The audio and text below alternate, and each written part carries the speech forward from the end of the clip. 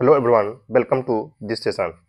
Here we will discuss about PERT network analysis in project management and solve few problems related PERT network analysis. First, we recapitulate network analysis.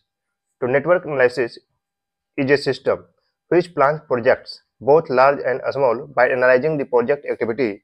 Projects are broken down to individual tasks or activities which are arranged in logical sequence. It is also decided as which task will be performed simultaneously and which other sequentially. A network diagram is constructed which presents visually the relationship between all the activities involved. Time, cost, and other resources are allocated to different activities. Network analysis helps designing, planning, coordinating, controlling, and in decision making in order to accomplish the project economically in the minimum available time with the limited available resources. So there are two main methods of network techniques, PERT and CPM, program evaluation and review technique and critical part method, जिसमें हम लोग किसी project को activity में हम लोग divide कर देते हैं और उस एक्टिविटी का एक नेटवर्क डायग्राम बनाते हैं। तो सीपीएम में क्या होता था, प्रत्येक एक्टिविटी का जो कंप्लीटेशन टाइम फिक्स रहता था और PERT नेटवर्क एनालिसिस में प्रत्येक एक्टिविटी का जो कंप्लीटेशन टाइम जो है हम लोग एजम्पशन करते हैं, उसमें 3 टाइम को हम लोग कंसीडर करते हैं, optimistic time, most likely time and pessimistic time. किसी भी एक्टिविटी का टाइम कैलकुलेशन करने के लिए, एक्सपेक्टेड टाइम को कैलकुलेट करने के लिए 3 टाइम को हम लोग कंसीडर करते थे PERT एनालिसिस में, optimistic time, most likely time and pessimistic time.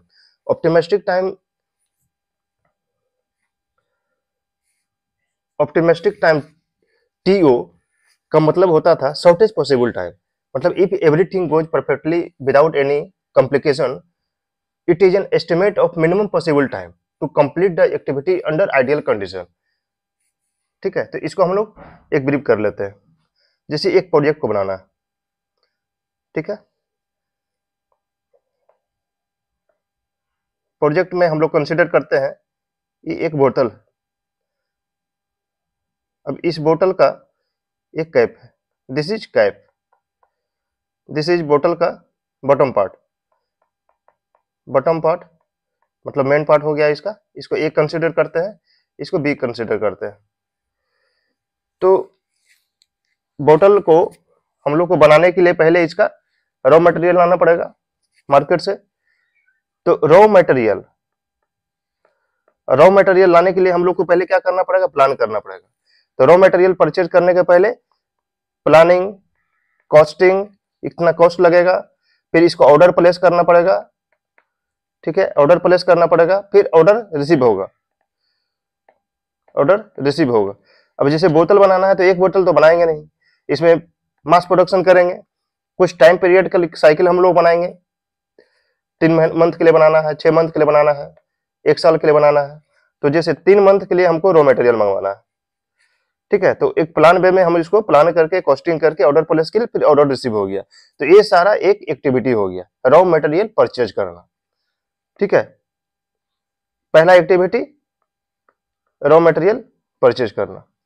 अब दूसरा एक्टिविटी क्या होगा, जब हम लोग मेरा प्लांट में आ गया तो इसका बॉटम पार्ट, 2 पार्ट इसका है, बोतल का है। अब रॉ मटेरियल में क्या होगा, स्टील होगा, एसएस स्टील का सीट होगा, ठीक है, बॉटम पार्ट एंड कैप। तो बॉटम पार्ट में क्या क्या एक्टिविटी होगा, इसको हम लोग एनालिसिस करते हैं। अब जो स्टील आएगा उसका मशीनिंग होगा, ठीक है, तो मशीनिंग एक एक्टिविटी हो गया। फिर इसका बेंडिंग प्रोसेस करेंगे, तो बेंडिंग मशीन, ठीक है, बेंडिंग करेंगे। उसके बाद फिर थ्रेड बनाएंगे, ये एक्टिविटी हो गया, थ्रेड बनाना एक्टिविटी हो गया, machining, bending and thread banana activity हो गया। उसके बाद फिनिशिंग, ठीक है, तो ये इतना एक्टिविटी करेंगे तो इसका बॉटम पार्ट, बोतल का जो बॉटम पार्ट है जिसमें पानी रहता है, ये मेरा रेडी हो जाएगा। तो ये दूसरा एक्टिविटी, तीसरा एक्टिविटी, ये चौथा एक्टिविटी, ये 5वां एक्टिविटी। अब इसका टॉप पार्ट में क्या हो गया, कैप हो गया, कैप का भी सेम होगा, ठीक है। तो मशीनिंग कैप का, फिर बेंडिंग प्रोसेस, कैप का ऐसा रहता है, सीट शुरू में प्लेन रहेगा, इसको बेंडिंग करके कुछ ऐसा शेप देंगे, उसके बाद थ्रेड बनाएंगे, फिर फिनिशिंग। अब क्या है, उसके बाद फिर असेंबली होगा। लास्ट में क्या हो गया, लास्ट एक्टिविटी असेंबली होगा, assembly and packaging, assembly and packaging. ठीक है, असेंबली एंड पैकेजिंग। अब यहाँ पर हम लोग नेटवर्क डायग्राम यहाँ पर बनाते हैं। अब पर्ट एनालिसिस में क्या होता है, ये जो सारा एक्टिविटी है, रॉ मटेरियल परचेज करना, तो रॉ मटेरियल परचेज करना एक्टिविटी का टाइम ड्यूरेशन फिक्स नहीं रहता है। तो इसमें टाइम जो एक्सपेक्टेड टाइम जो रहता है, हम लोग कैसे निकालते हैं, पर्ट एनालिसिस में 3 टाइम को लेते हैं, ऑप्टिमिस्टिक टाइम, पेसिमिस्टिक टाइम और most likely time. Optimistic time मतलब अब जैसे रॉ मटेरियल को हम लोग एक्टिविटी यहाँ पर ले रहे हैं, रॉ मटेरियल को हम लोग परचेज करना है, तो इसका एक्सपेक्टेड टाइम जो निकालेंगे उसमें टीम टाइम को हम लोग एनालाइज करेंगे। तो ऑप्टिमिस्टिक टाइम में मतलब क्या होता है कि सारा कुछ मेरा सही हो रहा है, हम लोग प्लान किए, ऑर्डर प्लेस किए और मेरा मटेरियल आ गया।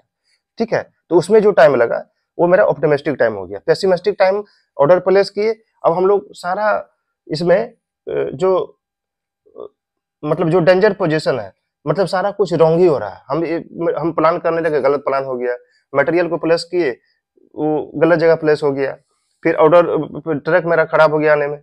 तो इसमें जो लॉन्गेस्ट जो टाइम लगेगा, सब कुछ रॉन्ग हो गया, तो ये टाइम हम लोग कंसीडर करते हैं पेसिमिस्टिक टाइम।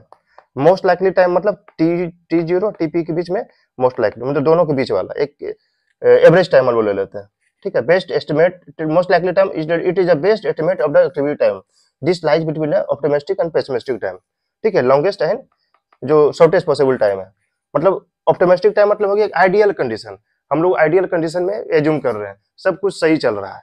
पेसिमिस्टिक मतलब हो गया सब कुछ गलत चल रहा है। मोस्ट लाइकली टाइम मतलब दोनों के बीच वाला। अब इस तरह जब मेरा ये तीनों टाइम को हम लेने के बाद एक एक्सपेक्टेड टाइम हम निकालते हैं। तो एक्सपेक्टेड टाइम का एक फॉर्मूला था 4Tm प्लस TP/6।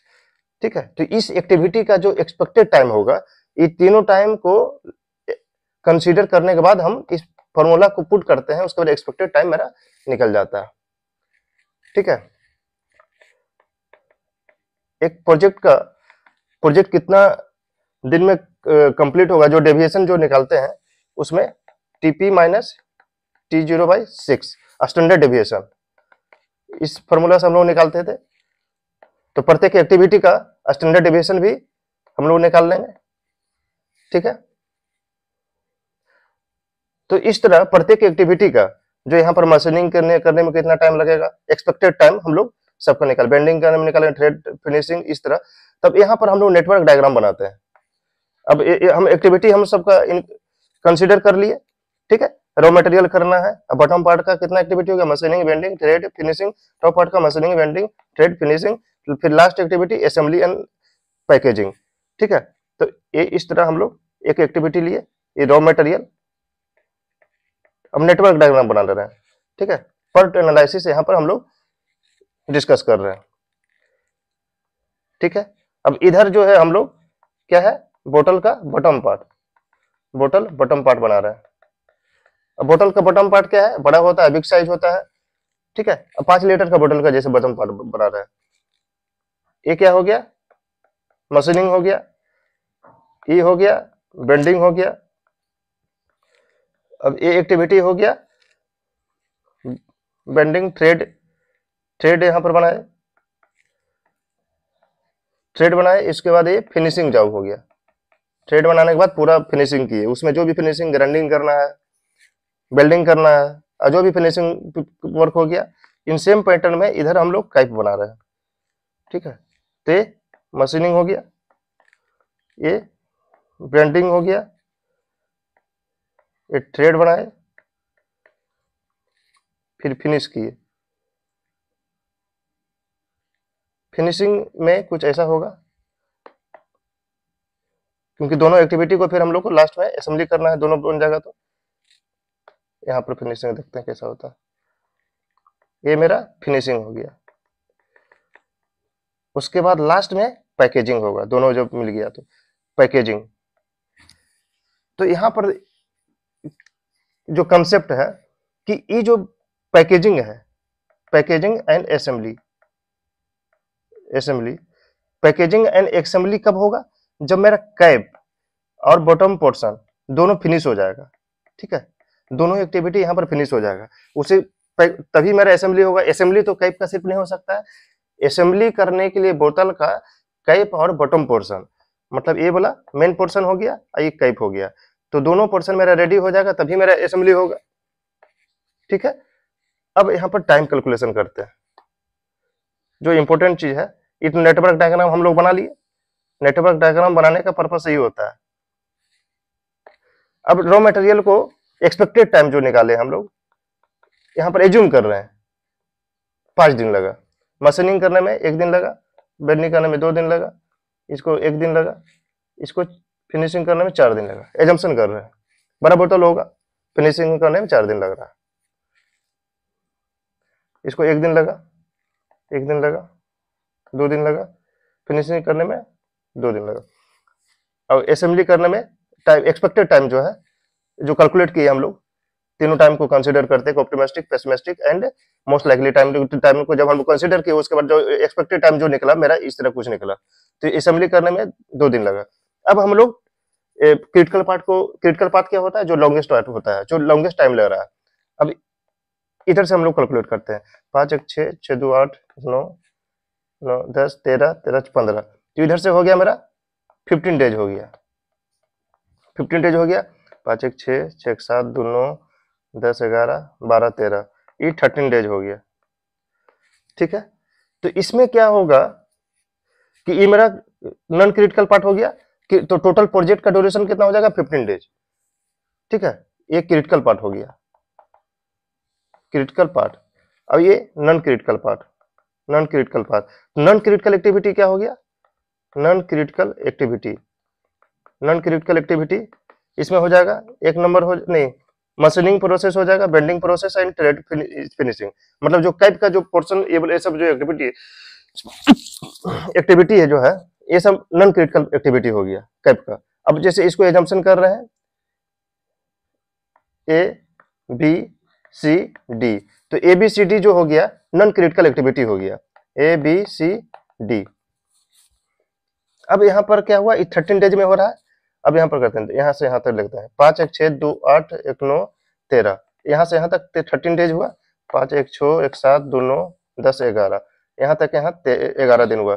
तो ये एक्टिविटी 13 दिन में कंप्लीट होगा और ये एक्टिविटी 11 दिन में कंप्लीट हो जा रहा है। यहाँ तक, यहाँ से स्टार्ट किए यहाँ तक मेरा 11 दिन में हो जा रहा है और ये 13 दिन में। तो आगे का एक्टिविटी तो मेरा तभी हो जाएगा जब ये 13 दिन खत्म होगा, मतलब ये 2 दिन मेरा यहाँ पर आइडल रहेगा। तो ये जो 2 दिन यहाँ पर आइडल रहता है इसको हम लोग सलेक बोलते हैं। मतलब सलेक का मतलब क्या हुआ कि यदि एक एक्टिविटी को 2 दिन हम लोग डिले भी कर देते हैं तो क्या होगा? प्रोजेक्ट ड्यूरेशन उतना ही रहेगा। 2 दिन हम किसी इसमें एक्टिविटी को हम लेट कर सकते हैं, ठीक है। तो सलेक सारा एक्टिविटी का, इसमें activity A, activity B, activity C, activity D, कैप बनाने का जो एक्टिविटी है सारा का सलेक मेरा 2 दिन हो जाएगा। Slack of each activity in non critical part का हो गया 2 दिन। मतलब किसी भी नॉन क्रिटिकल एक्टिविटी को यहाँ पर 2 दिन यदि हम डिले भी कर देते हैं, मतलब बेंडिंग करने में इसको 1 दिन लगा एक्सपेक्टेड टाइम, और इसको हम 3 दिन में करते हैं, तो क्या होगा? प्रोजेक्ट बनाने का जो 15 डेज तो चलते रहेगा। यदि हम 2 दिन इसको डिले भी कर दिए तो ओवरऑल ये कितना दिन होगा? 13 दिन होगा। 13 दिन में यहाँ से यहाँ तक ये खत्म ही हो रहा है, क्योंकि अगला जो एक्टिविटी तभी स्टार्ट होगा जब मेरा दोनों फिनिश हो जाएगा, ठीक है। यहाँ से यहाँ तक आने में 13 दिन लग रहा है और ये 11 दिन में ये एक्टिविटी कब को मेरा बन जाता है। तो पैकेजिंग कब स्टार्ट हो जाएगा? असेंबली कब होगा? जब ये बोतल का बॉटम पोर्शन और कैप दोनों फिनिश हो जाएगा और ये कैप मेरा 11 दिन में खत्म हो जा रहा है। तो 2 दिन जो बचा, 2 दिन हम किसी को डिले कर सकते हैं, तो इसको सलेक बोलते हैं। पट के कंपेयर में, हमने पट के रेफरेंस में यहाँ पर सलेक बोलेंगे, ठीक है। तो इस तरह हम लोग यहाँ पर देखें कि पट एनालिसिस में टाइम कैलकुलेशन कैसे होता है, एक्टिविटी का कैसे हम लोग एनालाइजिंग करते हैं, एक्टिविटी का टाइम कैसे निकालते हैं। एक्टिविटीज का टाइम, एक्सपेक्टेड टाइम निकालने में 3 टाइम को हम लोग कंसीडर कर रहे हैं, optimistic, most likely and pessimistic time. उसके बाद एक्सपेक्टेड टाइम निकाल रहे हैं। अब हम लोग एक प्रॉब्लम को सोल्व कर रहे हैं, ठीक है, पट एनालिसिस का। तो a small project is composed of time activity which time estimates are given below. तो एक्टिविटी है, ऑप्टिमिस्टिक टाइम दिया हुआ, most likely time, pessimistic time. अब एक प्रोजेक्ट में ABCDEFGHI, इतना सारा एक्टिविटी मेरा हो रहा है। इस सारा एक्टिविटी का 3 टाइम दिया हुआ है, optimistic most likely time and pessimistic time. A activity का optimistic time 2 days, most likely time 2 days, pessimistic time 8 days. तो इन सेम मैनर ABCDE सारा का 3 टाइम दिया हुआ है, optimistic most likely and pessimistic time. अब जब 3 टाइम दिया हुआ है तो इसका एक्सपेक्टेड टाइम निकल जाएगा।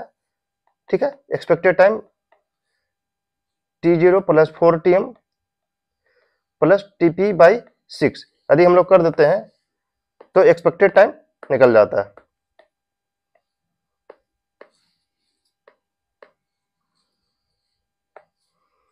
ठीक है, तो activities A, B and C can start simultaneously. अब इसमें क्या लिख रहा है, A, B, C।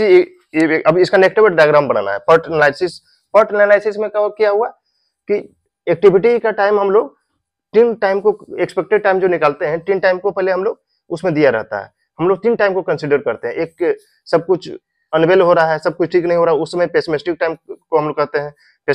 ऑप्टिमिस्टिक मतलब सब कुछ वेल हो रहा है, सब कुछ सही हो रहा है, उस टाइम को हम लोग ऑप्टिमिस्टिक टाइम कहते हैं। तो 3 टाइम को कंसीडर करते हैं, उस 3 टाइम को रेफरेंस में हम लोग एक एक्सपेक्टेड टाइम निकालते हैं। तो activities A, B and C can start simultaneously. Activity D follows activity D। अब इसका नेटवर्क डायग्राम बनाते हैं।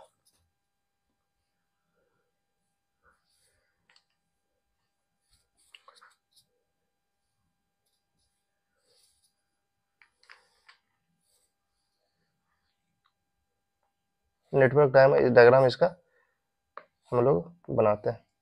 Activity A, B and C,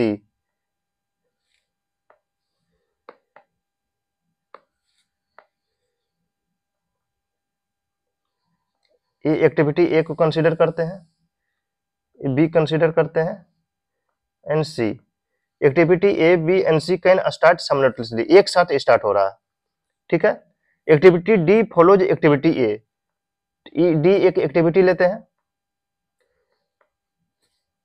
D जो है A फॉलो कर रहा है, मतलब ये जो D एक्टिविटी है A के साथ होगा। File E follows B, E जो है B को फॉलो कर रहा है। Activity D and E followed by activity G। अब यहाँ पर activity D and E followed by activity G।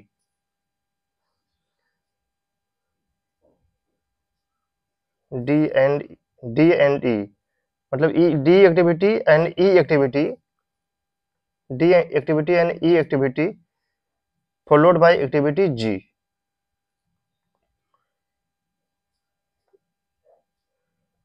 अब एक एक्टिविटी है G, ठीक है। अब E को फॉलो कर रहा है और D को फॉलो कर रहा है, तो यहाँ पर एक डमी एक्टिविटी हम लोग को डालना पड़ेगा, डमी एक्टिविटी D1। ठीक है, डमी एक्टिविटी मतलब इस डमी एक्टिविटी के बारे में हम लोग पहले डिस्कस कर चुके हैं। G activity D and E को फॉलो कर रहा है, तो इस तरह का हो गया D and E followed by activity G। ठीक है, इस तरह का बनाए हम लोग। उसका while F is dependent on C। अब यहां पर F है, ठीक है। H depends on D and E, D and E, H depends on D and E। H से जो डिपेंड कर रहा है D पर डिपेंड कर रहा है, E पर कर रहा है, मतलब यहां से निकल रहा है H एक्टिविटी। ठीक है, H activity depends on D and E, while I depends on F and G। I depends on F and G, F and G। I जो है G पर डिपेंड कर रहा है और F पर डिपेंड कर रहा है, मतलब ये डमी एक्टिविटी हो जाएगा D2। ठीक है, डमी एक्टिविटी I हो गया, डिपेंड F एंड G, तो I एक्टिविटी हो गया ये। अब इस तरह हमको A भी एक डमी एक्टिविटी हो गया D3। ठीक है, तो ये मेरा नेटवर्क डायग्राम बन गया। अब इस नेटवर्क डायग्राम को हम लोग इधर कुछ ऐसा बनाते हैं, बड़ा कर देते हैं। ठीक है।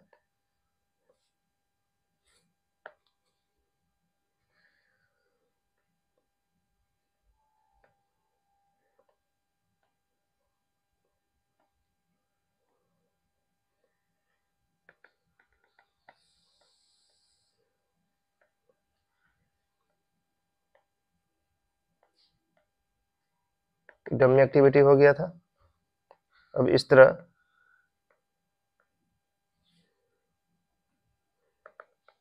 डमी एक्टिविटी हो गया। यहाँ पर 3 डमी एक्टिविटी हो रहा है।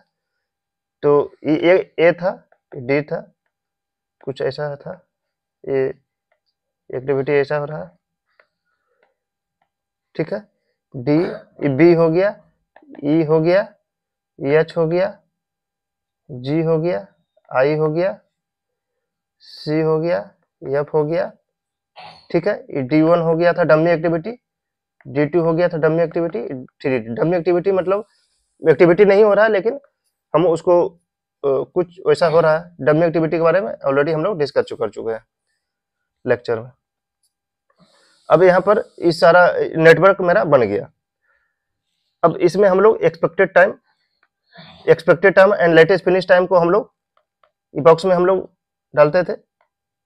Expected time and latest finish time.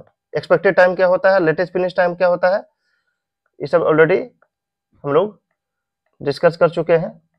प्रत्येक एक्टिविटी का जो इवेंट होता है, टेल एंड हेड, ठीक है। तो प्रत्येक एक्टिविटी का स्टार्ट होने का एंड फिनिश होने का कुछ टाइम रहता है। तो 2 टाइम का हम लोग कंसीडर करते थे, earliest start time and earliest finish time, latest start time and latest finish time. Earliest start time and earliest finish time हम लोग फॉरवर्ड करते थे, और latest start time and latest finish time हम लोग बैकवर्ड करते थे, बैकवर्ड से लेते थे, ठीक है।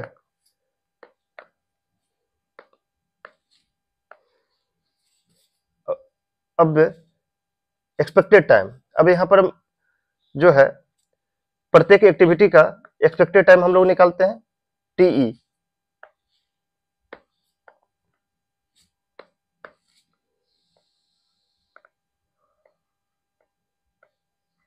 TE एक्सपेक्टेड टाइम यहां पर निकलेगा मेरा T। तो इस तरह हम लोग यहां पर एक्सपेक्टेड टाइम सबका निकाल रहे हैं।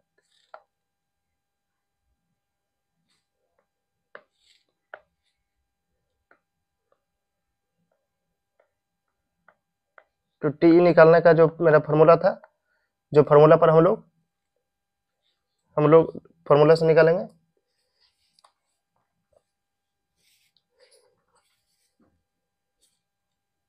T0 plus 4 TM plus TP by 6। तो ये एक्टिविटी का TE निकालेंगे। तो ऑप्टिमिस्टिक टाइम 2 हो गया plus 4 into TM, 2 plus pessimistic time 8 हो गया बाई 6।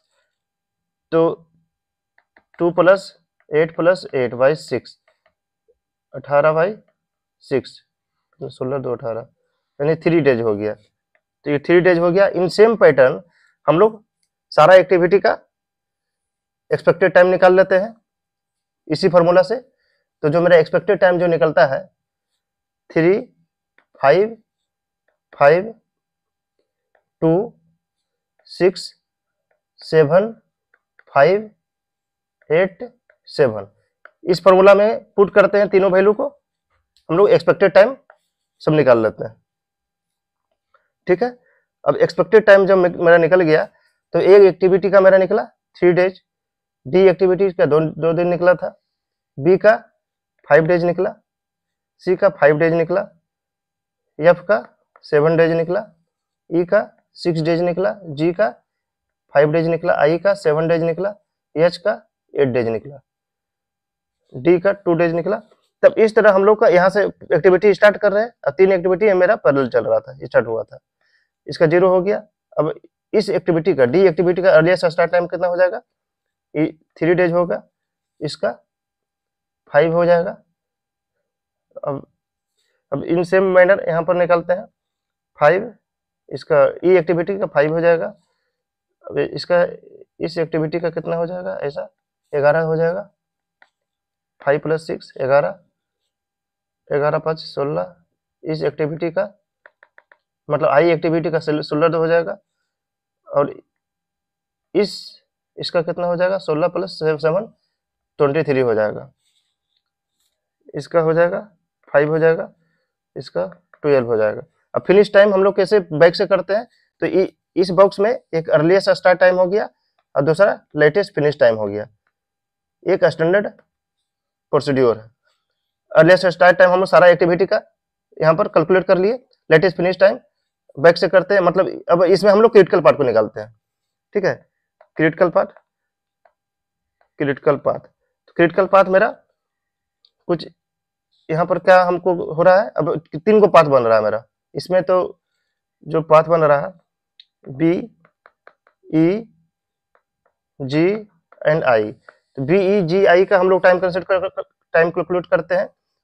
11 + 16 + 7 तो हो गया मेरा 16 + 7 23 डेज, ठीक है। इधर से हम लोग किए।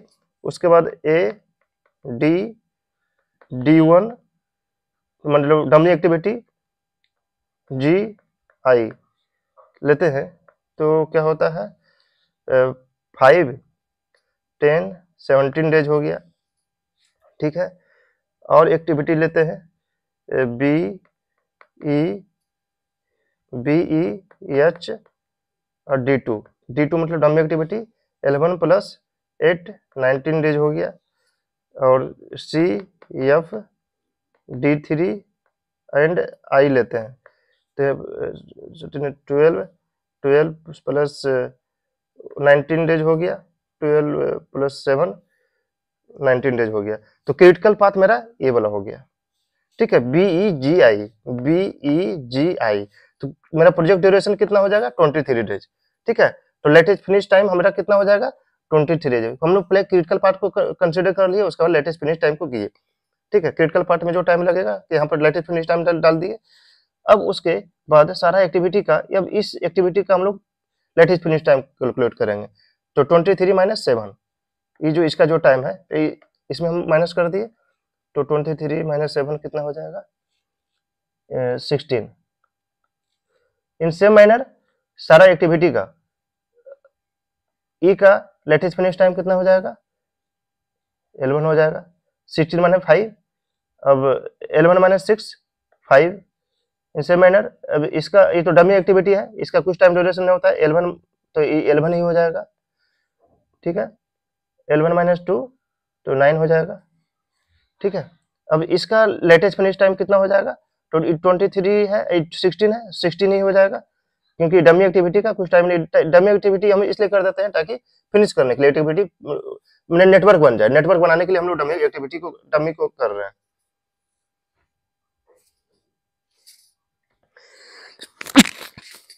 ठीक। डमी एक्टिविटी को सिर्फ हम लोग नेटवर्क को कंप्लीट करने के लिए कर रहे हैं। 16 - 7 अभी एफ एक्टिविटी मतलब सी एक्टिविटी का फिनिश टाइम हो जाएगा मेरा,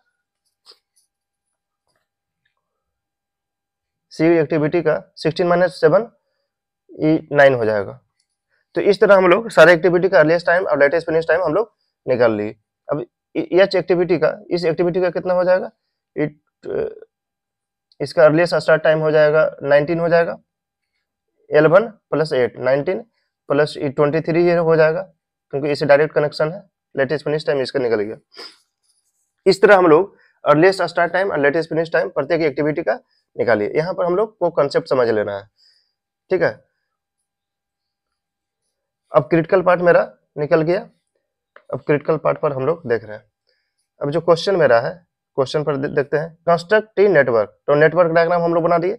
find the expected duration and variance of each activity. Expected duration हम लोग निकाल लिए।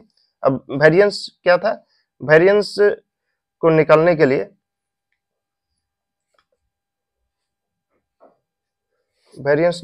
हम लोग क्या करते हैं, एक फॉर्मूला होता है वेरिएंस का, VT = TP - TO मतलब pessimistic time by optimistic time by 6 का होल स्क्वायर, ठीक है। इस फॉर्मूला पर हम लोग डाल देंगे सारा एक्टिविटी का, तो सब सारा एक्टिविटी का वेरिएंस निकल जाएगा। वेरिएंस क्यों निकालते हैं उसको भी आगे हम लोग डिस्कस करेंगे। Calculate the select for each activity, तो सेलेक्ट भी हम लोग देख लिए कैसे निकालना है, जो आइडियल टाइम रहेगा। अब यहाँ पर सेलेक्ट कैसे निकलेगा अब देखते हैं। अब जो क्रिटिकल पाथ है, ये जो पार्ट क्रिटिकल पाथ है उसको करने में 23 डेज निकल लग रहा है। अब सारा एक्टिविटी, ये सब जो एक्टिविटी होगा डी जी आई, ये सब नॉन क्रिटिकल एक्टिविटी है। तो यहाँ पर दोनों के बीच का गैप कितना हुआ, 13 मतलब 6 डेज। 6 डेज जो हो गया सेलेक्ट हो गया। इसके लिए जो नॉन क्रिटिकल एक्टिविटी इसमें कितना हो जाएगा, डी जी आई। तो सारा एक्टिविटी का 6 दिन हम किसी भी एक्टिविटी को डिले कर सकते हैं, यानी सेलेक्ट सारे एक्टिविटी का 6 दिन हो गया। अब यहाँ पर 4 डेज हो जाएगा, क्योंकि ये 23 डेज में कंप्लीट हो रहा है और ये 19 दिन में होना है। 4 दिन ये एक्टिविटी जो नॉन क्रिटिकल एक्टिविटी है वो आइडल रहेगा। तो यहाँ पर नॉन क्रिटिकल एक्टिविटी कौन कौन सा हो गया, बी ई एच। तो इसका प्रत्येक एक्टिविटी का जो नॉन क्रिटिकल एक्टिविटी, इसमें इसका सेलेक्ट जो हो गया 4 डेज हो गया, ठीक है। और इसका भी 4 दिन आइडल रहेगा, क्योंकि 23 दिन तक चलता रहेगा प्रोजेक्ट। तभी तो नेक्स्ट फर्दर हम लोग असेंबली या मार्केटिंग करेंगे, उसको सेल करेंगे, ठीक है। तो ये 19 डेज हो रहा है, तो ये 4 डेज हो गया। तो सेलेक्ट प्रत्येक non critical C F and I का 4 डेज हो जाएगा। मतलब 4 डेज अवेलेबल है, 4 डेज अवेलेबल है। हम प्रत्येक एक्टिविटी को डिले कर सकते हैं, मतलब किसी भी एक एक्टिविटी को, मतलब यदि सी एक्टिविटी को हमको 4 दिन डिले करना है तो 4 दिन डिले कर देंगे, उससे प्रोजेक्ट का ड्यूरेशन कुछ फर्क नहीं पड़ेगा, क्योंकि 19 + 4 यदि हम किसी सी एक्टिविटी को डिले कर दिए 4 दिन, तो बाकी सब एक्टिविटी एफ एंड आई को जो एक्सपेक्टेड टाइम है उसमें हम लोग को फिनिश करना पड़ेगा। लेकिन अवेलेबल है किसी भी एक्टिविटी को डिले करने के लिए 4 दिन मेरा टाइम अवेलेबल है, जिसको हम डिले कर सकते हैं। तो ये 4 दिन जो मेरा रहेगा सेलेक्ट कहलाएगा, ठीक है। तो यहाँ पर सेलेक्ट भी हम लोग डिस्कस कर लिए। अब what is a critical part, critical part को भी देखे। एक्सपेक्टेड प्रोजेक्ट ड्यूरेशन देख लिए, यहाँ पर एक्सपेक्टेड प्रोजेक्ट ड्यूरेशन कितना आ रहा था, 23 डेज। क्रिटिकल पार्ट को भी निकाल दिए। If the projected due date is 28 days, what is the probability of not meeting the due date. अब यहाँ पर देखना है, PERT एनालिसिस में क्या करते हैं, प्रोजेक्ट ड्यू डेट है 28 डेज में, मतलब प्रोजेक्ट को हमको 28 दिन में कंप्लीट करना है। तो क्या प्रोबेबिलिटी है कि ये प्रोजेक्ट 28 दिन में कंप्लीट होगा, ठीक है। तो अब आगे यहाँ पर हम लोग देखते हैं। सेलेक्ट लोग सारा हम लोग डिस्कस करिए, एक्सपेक्टेड टाइम डिस्कस कर लिए। ड्यू डेट मेरा है 28 डेज, ठीक है। तो एक मेरा फॉर्मूला जो होता है प्रोबेबिलिटी का, प्रोबेबिलिटी ऑफ कंप्लीटेशन, उसके लिए हम लोग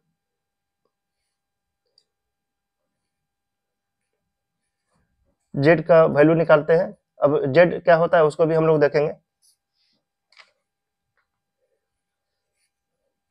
Z equal to number of standard deviation, number of standard deviation by which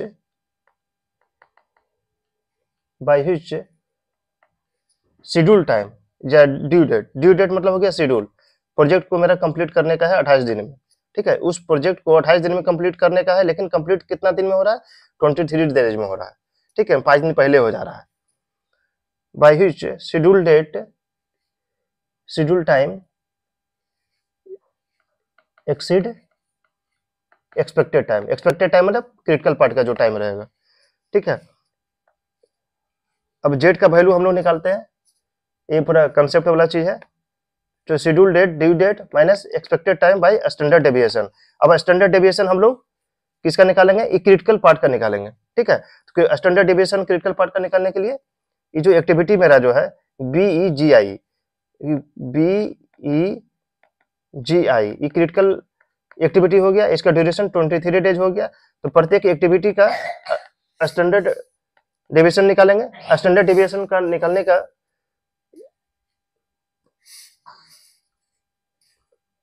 जो फार्मूला जो मेरा था, स्टैंडर्ड डेविएशन, प्रत्येक एक्टिविटी का स्टैंडर्ड डेविएशन निकालेंगे, तो टीपी माइनस T0/6 प्रत्येक एक्टिविटी का निकाल लेंगे, बी का, ई का, जी का, आई का, उसके बाद सबको ऐड कर देंगे। ठीक है,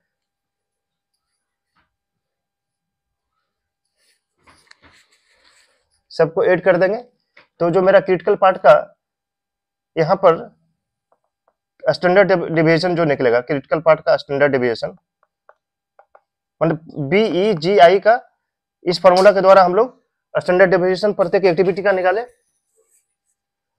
फिर ई क्रिटिकल पार्ट का हम लोग जोड़ दिए, तो फिर निकला मेरा 2.83। ठीक है,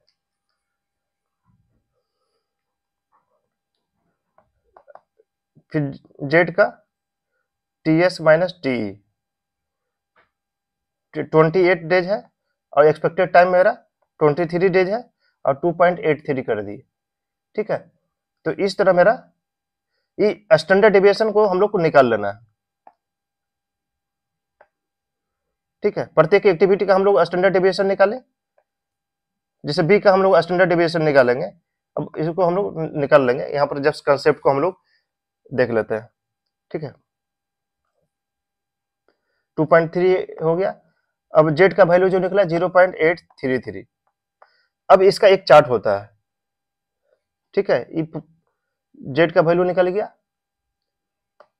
इसका एक चार्ट होता है, नॉर्मल डिस्ट्रीब्यूशन चार्ट। जब इस तरह का प्रॉब्लम रहेगा तो फिर ये चार्ट भी साथ में दिया रहेगा। मेरा वैल्यू जो निकला था 0.833, probability of meeting schedule date. ठीक है, प्रोबेबिलिटी ऑफ 0.833 0.833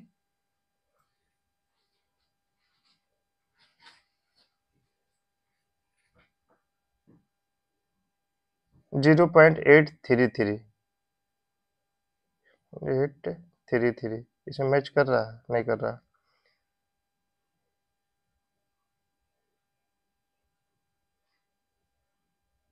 तो प्रोबेबिलिटी यहाँ पर हो जाएगा 100%, नहीं 80 0.33833 जेड का वैल्यू निकल रहा है 0.833 70। तो जेड का वैल्यू यहाँ पर दिया हुआ, Z probability of meeting schedule date.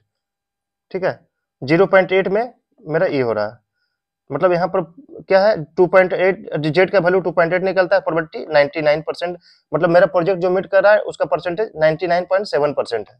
ठीक है, यदि जेड का वैल्यू 2.6 होता है तो प्रोजेक्ट कंप्लीट होने का जो मेरा ड्यू कंप्लीटेशन शेड्यूल था यहाँ पर कितना था 28 डेज था, और हम लोग क्रिटिकल पार्ट निकाले 23 निकाले, और जेड का वैल्यू कितना निकल गया 0.833। ठीक है, due date completion date project का हम एस्टिमेट पहले से कर करके 28 दिन में खत्म होना है, लेकिन खत्म कर दे रहे हैं कितना 23 दिन में खत्म कर रहे हैं, 23 डेज में खत्म कर दे रहे हैं। तो ये सब वैल्यू को लेकर के जेड का वैल्यू निकाले, और जेड का वैल्यू के रेफरेंस में एक मेरा चार्ट दिया हुआ, स्टैंडर्ड नॉर्मल डिस्ट्रीब्यूशन चार्ट दिया हुआ है। ठीक है, तो ये स्टैंडर्ड नॉर्मल डिस्ट्रीब्यूशन चार्ट में जेड का वैल्यू हम लोग यहाँ पर ए वाला मैच कर रहा है, यानी ये 0.788 दिया हुआ, मतलब टाइम पर कंप्लीट होने का परसेंटेज कितना है 78%। ठीक है, क्योंकि मेरा ड्यू डेट क्या दिया हुआ है 28 दिन में कंप्लीट होना है, और हम लोग कंप्लीट कर दे रहे हैं 23 दिन में कंप्लीट कर दे रहे हैं। तो इस तरह हम लोग स्टैंडर्ड नॉर्मल चार्ट डिस्ट्रीब्यूशन के द्वारा हम लोग देखें